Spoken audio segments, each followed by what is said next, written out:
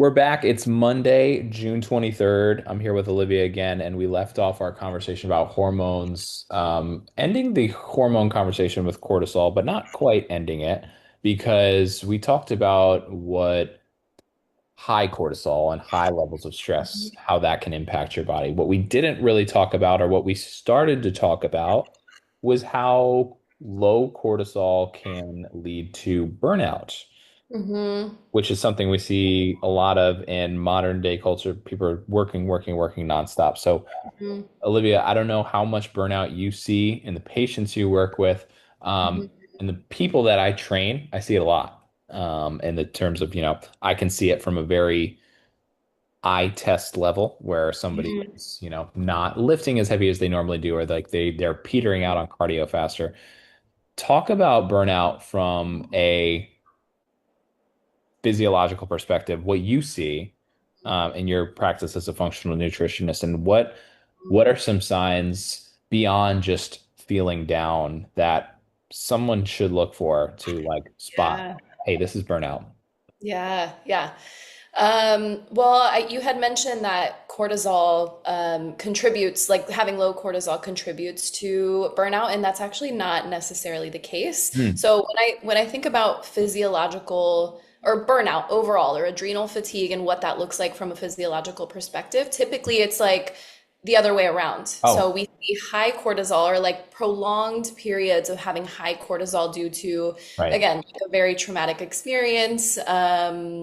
Yeah, if somebody has sustained trauma in childhood during their most formative years, there tends to be a lot of like cortisol imbalances during that time, which can lead to like a flatline cortisol in adulthood or Hmm. adrenal fatigue.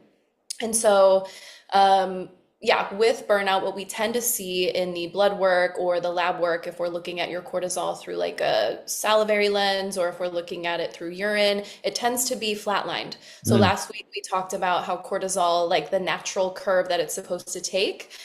So when we first wake up, again, just to reiterate, our cortisol is supposed to be like pretty low on the graph, but as we are waking up and getting up, within 60 minutes is actually when we see the highest spike, so the highest peak of cortisol, and then it just naturally comes down as the day goes on.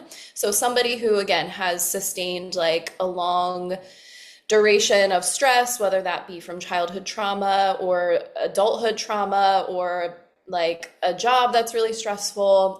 Their adrenals, as we had mentioned last week, our adrenals are what produce cortisol. Our adrenals become fatigued. They're not getting the message, they're not getting the cue to produce cortisol as they should. Hmm. And so we're not getting that energy spike, we're not getting that like connection with glucose and insulin as we should with cortisol because our adrenals are quite literally fatigued and they're not getting the message to produce cortisol as they should. Thank you for correcting me there because I think I conflated flatline with low cortisol. Technically, that's not the case. You're right. It's the cortisol level that doesn't change throughout the day. Yeah. All right, low. Yeah. So Well, that's the it. cortisol Oh, is, sorry to interrupt you. The go cortisol ahead. is low. You were right about that, but it's the trauma and like the stress, like the perceived stress that contributes to that versus like having low cortisol overall contributing to like burnout or I mean, I guess yeah, there's definitely like a bi-directional sort of jargon with that, but yeah, typically it's like again the perceived stress or trauma that one experiences or endures like again in childhood or even in adulthood can definitely contribute to like the low cortisol. Interesting. Now that brings up a question that maybe we should bring a third voice in for at some point because I don't know how much of a trauma expert you are. I'm certainly not. Yeah. But as I think everybody has at one point or another experienced trauma. So I Oh think I yeah. would want to know, maybe you have an opinion on this, and maybe it doesn't necessarily need to be true or like completely um constant or valid, but I'd want to know if somebody has experienced trauma in the past, right? They as humans we're very resilient. We are used to dealing with stress in a way that lets us continue living, right? We don't Yeah. maybe we It's suppress it. inevitable. Maybe we suppress it, maybe we keep it down. We keep the stress from manifesting in our Mm. face, if our physical appearance, but it's there still. I Yeah. would wonder if somebody's tolerance to stress um, could I guess how the way I'm trying to word this is I wonder if somebody's tolerance to stress and like high bouts of cortisol could almost make a burnout be happening in the background, even if they're not presenting as being burnt out. Do you Mhm. think that can happen? Is that something that you've seen, or can it happen? Does it happen often? Yeah, for sure. I think to your point, like humans are very resilient and we are like programmed in a way to deal with trauma and stress. I mean, Mm, definitely we're programmed to deal with high levels of stress. I think there's also a difference between like normal perceived stress that one might experience on a daily basis and then like extreme trauma that is like being stored in someone's body and is contributing a lot to like physiological imbalances. mm, But yeah, I think we're some people, maybe most of us, can be really good at hiding how we're feeling or maybe like consciously suppressing how we're feeling or even subconsciously repressing how we're feeling, you know? So I do think definitely it's very possible for like this high cortisol output, you know, leading or segueing into like adrenal fatigue, not necessarily manifesting physically. mm. It will eventually, it will catch up to somebody. But yeah, I definitely think that's very possible. And you had mentioned earlier, like, you know, what are some signs that we see in someone who is experiencing adrenal fatigue? So maybe I can touch on that a little bit. Yeah, so the biggest thing that I tend to see is like low mood. So, like, maybe not necessarily depression, but just like muted emotions, Mm. fatigue. Obviously, that's again, as I had mentioned last week, cortisol plays a big role in giving us energy Yeah. with the mobilization of glucose. And so, if somebody is not producing enough cortisol from their adrenal glands, they might experience like a deep level of chronic fatigue. Anxiety is oftentimes tied to adrenal fatigue and burnout as well.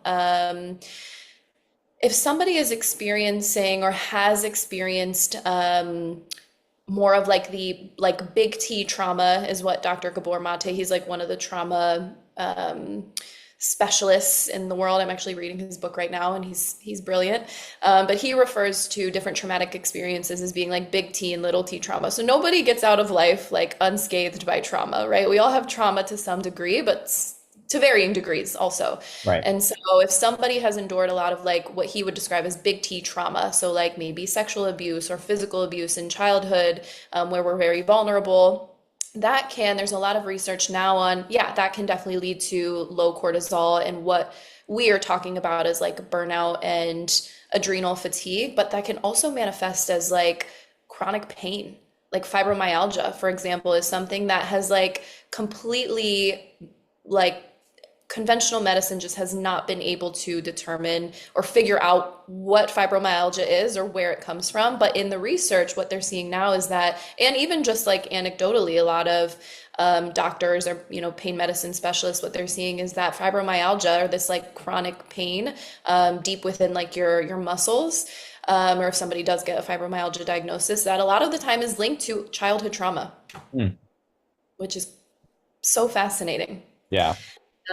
So I yeah. wonder how often the case that is the case where, we talk about somebody who is very resilient to stress, or maybe they present as very resilient, but that burnout just kind of compounds and compounds over time. I wonder if fibromyalgia is like maybe the peak of like Mm, delaying that burnout effect, right? yeah. Because I think a lot of us are so conditioned these days to delay that burnout effect, whether it's you're fighting the fatigue with an extra cup of coffee, or you're Yeah. maybe trying to offset feeling tired or stressed by working out. And Mm, I think we kind of talked about this. You mentioned this while we were offline, is that sometimes the intense exercise, if it's too yeah. intense, is going Yeah. to send you over the edge in terms of Oh yeah. Yeah, cortisol. yeah. That's a whole other topic in and of itself. Yeah.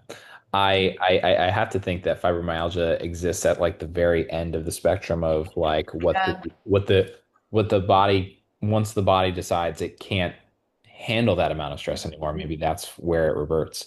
Yeah. Yeah. So Really Yeah, it's interesting. fascinating. They've seen too a lot of like people who work on addressing their traumas from childhood actually heal their chronic pain from fibromyalgia. Mm, I've seen both things. Like in practice, I've seen, I remember one client I had specifically a while back. I was actually working with her in conjunction with this doctor I was working with. So it was the two of us treating her.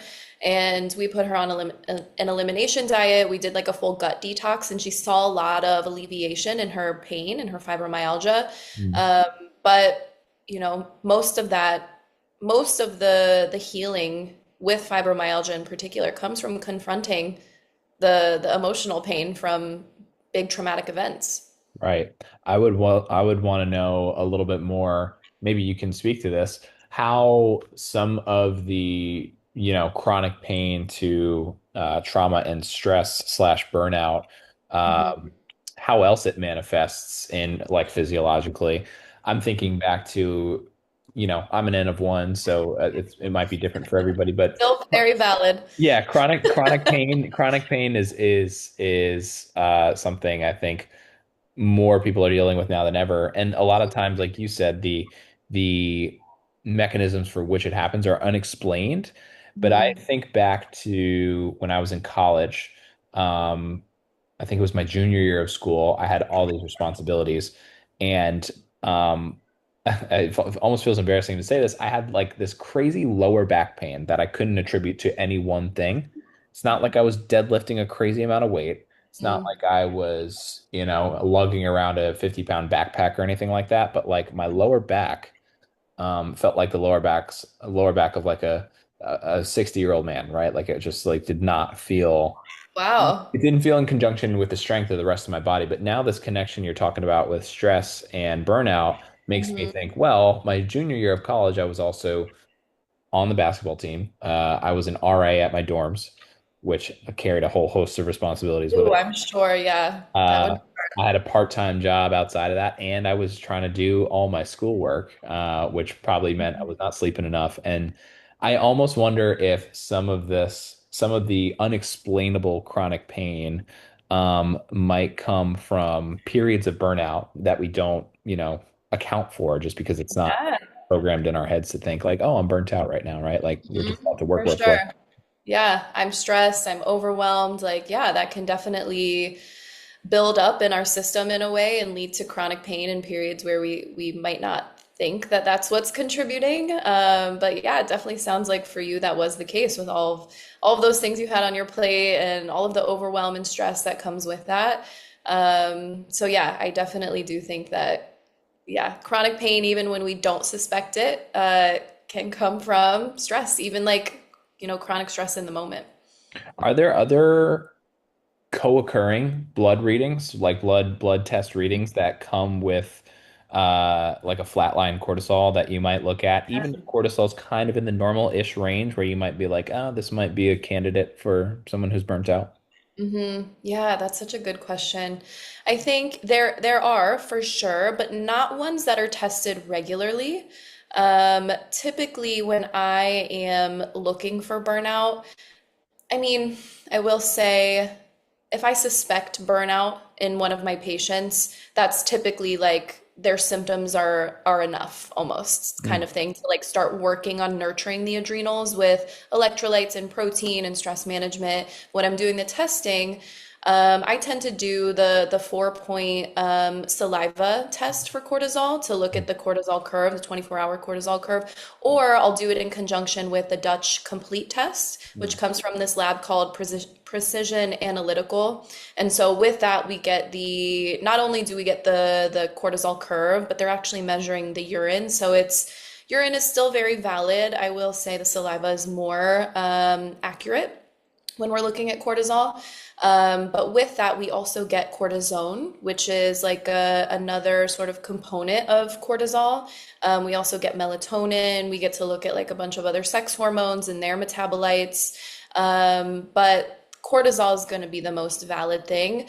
With that, though, we also, or what could be important to test if we're seeing a flatline cortisol, if a practitioner wants to go further into looking at like other biomarkers, they could test for the ACTH, which is a hormone that sends signals from your pituitary gland to your adrenals to produce cortisol.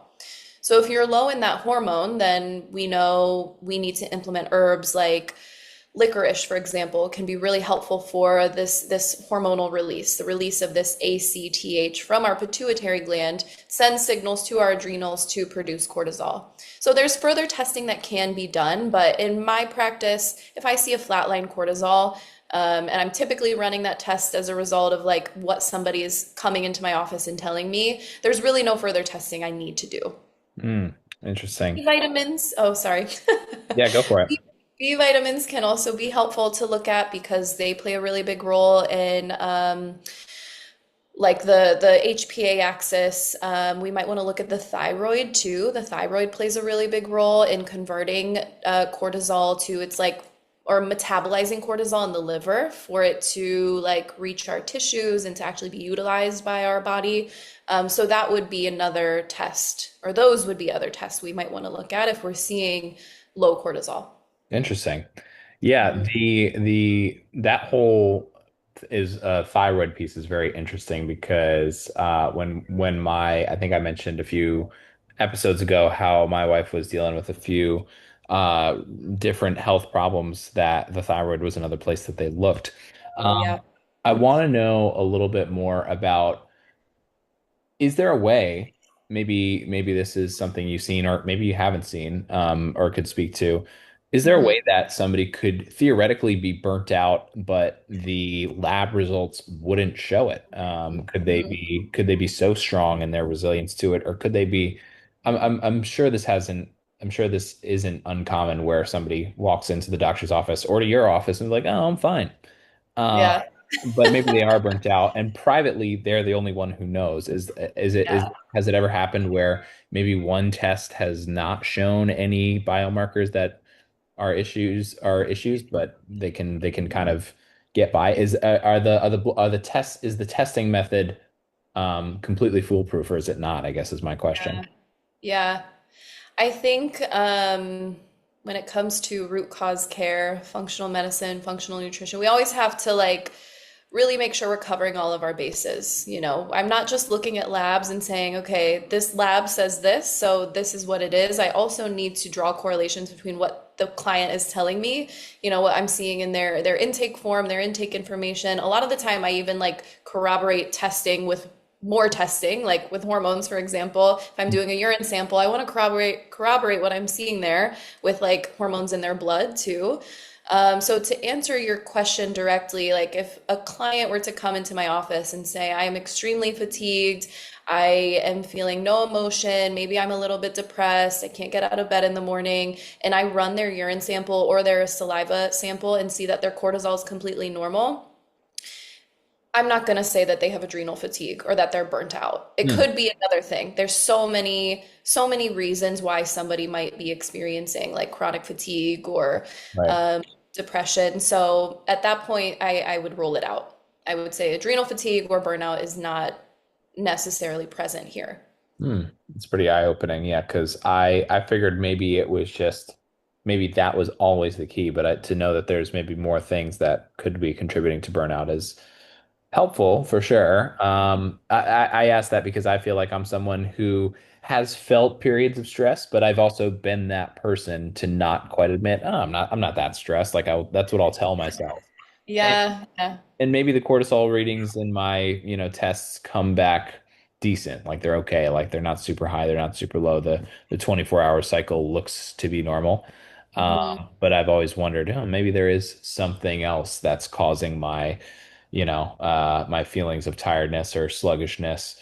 I guess that could also be a mitochondrial issue too. So, Yeah, exactly. Yeah, I was going to mention that mitochondrial dysfunction, even gut health right, can cause all those imbalances in our microbiome for sure can lead to those symptoms as well. right. That's why Um, testing is so important. Everybody yeah. needs to know that. Yeah. Not to be a complete shill, and I don't have any paid ad experience yet, but something I've been posting about in my newsletter, text-based newsletters, is a platform I'm using called Thrive 25, which is very much kind of in the same avenue. Thrive 25 advocates for regular blood testing at least once a year, if not more, to see where you're at in these ranges. And they've assembled a team of doctors that has kind of taken it a step beyond like what the average reading or the average range is, and their platform helps you find like what the optimal range for your blood tests and all your testing Yeah. is. So Um, that's and amazing. for those numbers that are out of reach or not optimal or maybe out of the range that they need to be in, they recommend protocols, holistic protocols, and maybe a few supplements here and there that help get you into those ranges. So it's a really cool app. Wow. That's Relatively awesome. new. I think they're just out of beta right now, so Oh, wow. They're brand new. very brand new.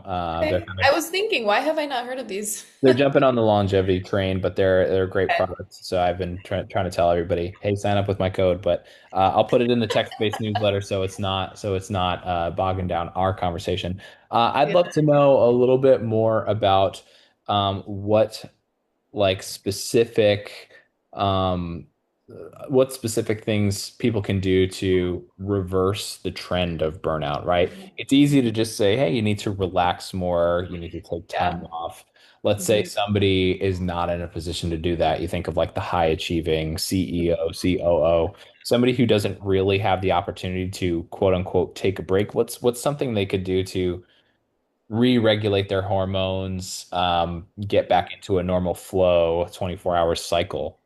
Yeah, yeah. There's a lot of things someone can do. I will say, just piggybacking off of that, it is always going to be, this is non-negotiable. No matter how busy you are, it is really, really important to implement a daily stress management practice. Hmm. Even if you don't feel like directly stressed, or maybe you're not feeling the direct impacts of like the stress you have in your life, I still think it is a non-negotiable for everybody to implement a stress management practice. Even the super busy executive CEO can allocate 5-10 minutes every day for like some self connection, whether that be meditation or breath work or self massage, whatever Yep. makes them feel good and feel relaxed. Um, but other things, maybe more tangible things, could include definitely getting protein with every single meal because, again, it's very similar to what we had talked about last time with balancing cortisol. So, protein is huge because protein really helps to balance our blood sugar. And there's that direct link again between cortisol and glucose, which is blood sugar, and insulin. Insulin is the hormone released from our pancreas that allows glucose to enter our cells and be utilized as energy. It acts as like the key to unlock our cellular door, so to speak. So protein, I recommend 30 grams with every meal, but especially with breakfast. Having that 30 grams of like high quality, preferably animal protein with breakfast is going to be huge for blood sugar stabilization throughout the day. Um, uh, oh, there's electrolytes. Yep. Electrolytes can be really, really crucial. I had mentioned last week too that salt, like high quality sodium, is really great for like keeping cortisol in your blood. So it helps to keep like the cortisol, it helps the cortisol to like stick, so to speak, in your blood. So having something like an element packet first thing in the morning can be really, actually really good for enhancing your circadian rhythm or that like circadian balance of your cortisol. Other electrolytes too, potassium, magnesium, these are going to be really helpful. Vitamin C as well for nurturing the adrenals and maintaining that 24-hour cortisol curve. There's herbs. I had mentioned licorice. Licorice is really, really good for stimulating that ACTH production. And that again is the hormone that sends signals to your adrenals from your pituitary gland to produce cortisol. So that could be a good thing to work in first thing in the morning. Rhodiola is another herb that is beautiful plant. It's very, very good for burnout. It actually really helps with increasing cortisol, but it's not going to increase your cortisol to the point where you're like feeling stressed or it's going to be imbalancing physiologically in any way. It's really great for, it's an adaptogen. So like ashwagandha, very Yep. similar in the same class of herbs. It basically helps your body adapt to like, again, physiological stress. So if you're low in cortisol, it's going to help increase it. If you're high in cortisol, it's going to help lower it. Interesting. B vitamins can be really helpful and supportive. Anything that is going to be good for the thyroid, because again, the thyroid hormone plays a big role in the conversion of or the metabolization of cortisol in our liver. So iron, protein, iodine, selenium, these things can all be really helpful as well. Very cool because this is almost identical list to last week. It's Yeah. interesting to know that these things kind of work in the same way, right? If things are flatlining, they can help, but if things are also way over the top, they can also help bring it back to baseline. Yeah. Um, Finishing on the supplements topic, there's a few that I've seen in my friend's supplements cabinet, and I'm curious to see if you've heard of them as helpful adaptogens, or are they just kind of like waste of money supplements? Yeah. Um, I'm curious about your thoughts about two that just kind of came to mind as you were listing off those ones, ashwagandha and rhodiola ones I've heard a lot about. Hmm. Ones that maybe people don't know so much about, but maybe you can shed some light on. Moringa is one of them. I don't know if you've seen it Yeah. in the practice. And then another one that I had that was curious about was um, cordyceps, the mushroom, Yeah. one that kind of gets a bad rap from The Last of Us, but it's supposedly really good. I don't know. What are your thoughts on those two? Yeah, moringa is great. I'll start with that one. It's used a lot in Ayurveda. I've used it a lot in my practice for chronic pain. Hmm. It can be really, really good for chronic pain. It's a green plant. It's really high in chlorophyll, which is a potent antioxidant, so that helps to lower inflammatory markers and just help to lower inflammation overall systemically. So I've used that a lot for pain with great success. That can be muscular pain, that can be joint pain. So that one is really good overall, and it's generally recognized as being very safe Oh, to use. Yeah. yeah. Cordyceps, I'm a huge fan of functional mushrooms. I think they provide a lot of benefit. I think there's so much to know with the science of mushrooms, and I'm no expert by any means, but cordyceps is an adaptogen as well. So it's really, really good for helping with cortisol. So again, adaptogens help to increase cortisol if it's low, and they help to lower it if it's high. It's also considered to be nootropic, so it has like brain enhancing qualities. Nootropic herbs are those that help with like boosting brain derived nootropic factor. They help with cognitive function. So cordyceps can be really good for focus, for memory. I know a lot of functional mushrooms are really great for immune health as well. There's even some research on how like certain functional mushrooms can be great for like cancer and like fighting cancer cells. Yeah, so a lot of great benefit with mushrooms. I will say when it comes to supplements, we have to be very, very careful of the quality. Yeah. So these supplements are great, but you want to be very cognizant of where you're getting them from. Right. Any brands that you revert to when you're kind of in a pickle, curious about where to get them from? Yeah, so that's another thing. That's another issue because there's a lot of good brands. I prefer like the medical grade nutraceutical brands, so things like Thorne, Designs for Health, One's good. uh, Microbiome Labs is really good, Pure Encapsulations. I tend to use those three or four brands the Yeah. most. Yeah. But it's not as simple. Unfortunately, I hate that it has been made, this challenging, this difficult for consumers to get high quality supplements. But there's just, I just saw something. There was a huge thing that came out, a huge study perhaps on Amazon supplements and how there's a lot of Saw that. Yeah. pseudo supplement companies like white labeling and putting those brands Yeah. on their bottles and saying this is from Pure Encapsulation. So I do not recommend getting your supplements on Amazon, like point Yep. blank period. If you're going to be getting high quality supplements, you need to source them from a practitioner. Um, because you do need a practitioner account a lot of the time with these big companies to Yeah. buy their supplements, or maybe you can go on their website directly and see. Yep. But I do love those brands. I just don't recommend getting them on Amazon or places like iHerb even. Yeah. Try to buy them directly from the supplement company or work with a practitioner. Yeah, I've seen that study do the rounds the past week or so.